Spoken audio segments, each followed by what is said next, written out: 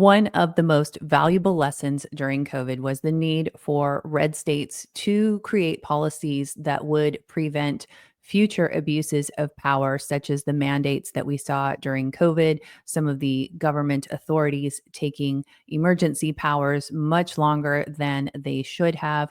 Today, I'm going to tell you about a couple of states that are working to enact policies that would protect citizens from the future use of mRNA gene therapy vaccines.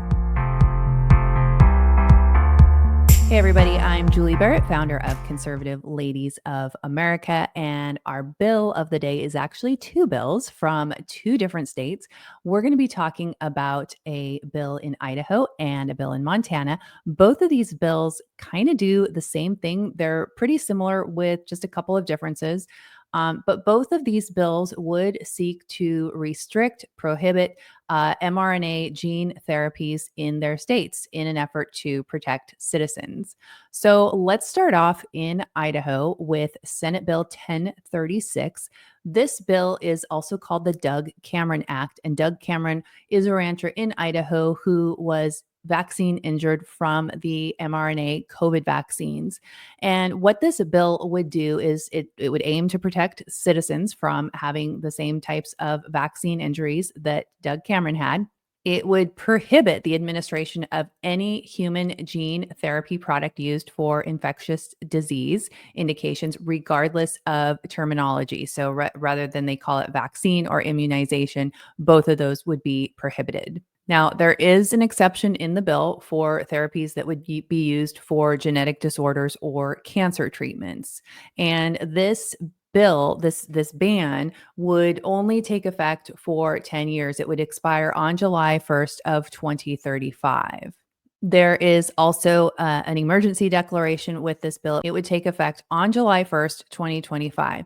Now, this bill had a hearing in committee earlier this week. It was a 2-hour hearing where there was 2 hours worth of public testimony on this bill, mostly in support of this bill. Dr. Ryan Cole from Idaho testified on this bill in support, but the bill hasn't been voted out of committee. From my research, the bill has enough votes to be voted out of committee. There's a call to action right now for Idaho citizens to call Senator Julie Van Orden and ask her to take a vote on this bill, Senate Bill 1036, and move it out of committee so that the bill could move forward to a floor vote from the entire Senate.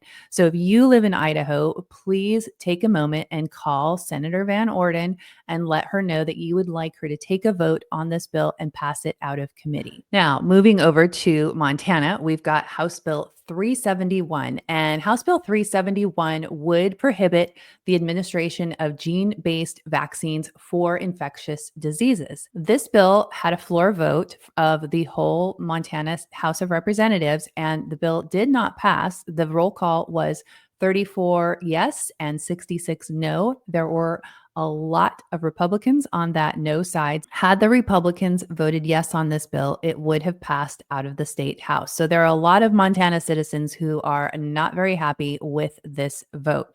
But let's get into the details of the bill. So this bill is different from Idaho in that it would create a permanent ban. It would become codified into Montana state law.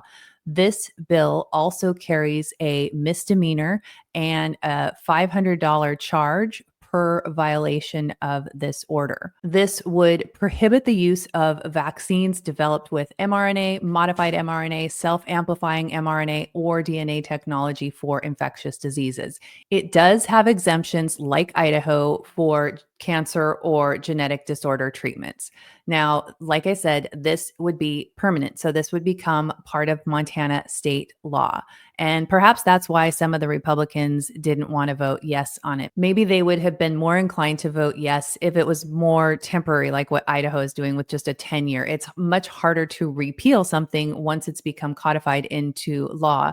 And with sort of the 10-year thing that Idaho is doing, where they're kind of pushing pause, it would give the Montana legislature an opportunity to change it. So it'll be interesting to see if there are any legislators that might put forward a modified type of bill to this, what they're trying to accomplish with this, because obviously House Bill 371, now that it has failed to pass out of the House, will not move forward in 2025.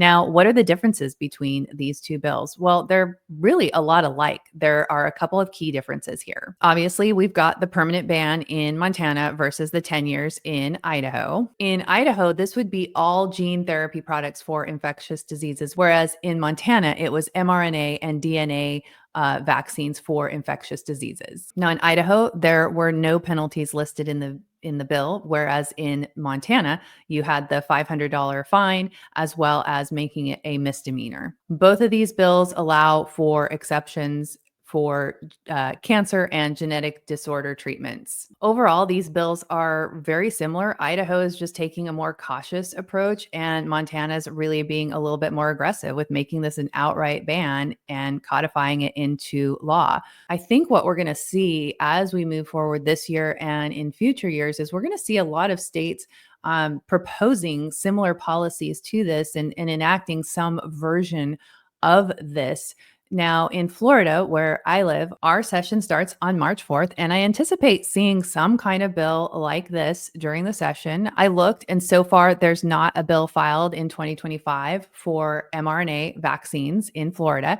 In December of 2023, the Surgeon General of Florida, Dr. Joseph Ladapo, issued a letter to the FDA with concerns about the particles found in the vaccines. And he has also issued a letter urging medical providers in the state of Florida not to use the mRNA vaccines on patients here in the state of Florida. So, based on that, I would anticipate that we're going to see something here in Florida in the state legislature with regard to the mRNA vaccines. So, this is really exciting to see these kinds of policies coming forward. However, we still have this issue with Republicans who are not really on board with some of this stuff going forward. And of course, all of this is about, a lot of it is about money and playing politics, as I like to say. And so if you are in a red state and you think that you're, comfortable in your red state and no need to get involved, we've got a problem with Republicans who are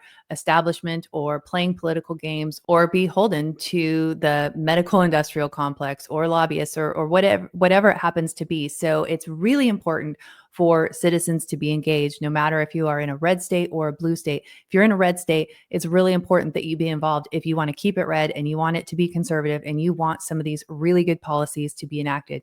You need to get in the game. You need to speak up. So if you're in Idaho, please take action and call Senator Van Orden. Ask her to pass this bill out of committee. It's a good bill. It would be great policy and great for the citizens of Idaho. So thanks for tuning in. Please be sure to share this video. Appreciate you watching. Make sure that you are subscribed to the channel and subscribe to our Substack. That is the best way to get breaking alerts and calls to action. I look forward to seeing you in the next video.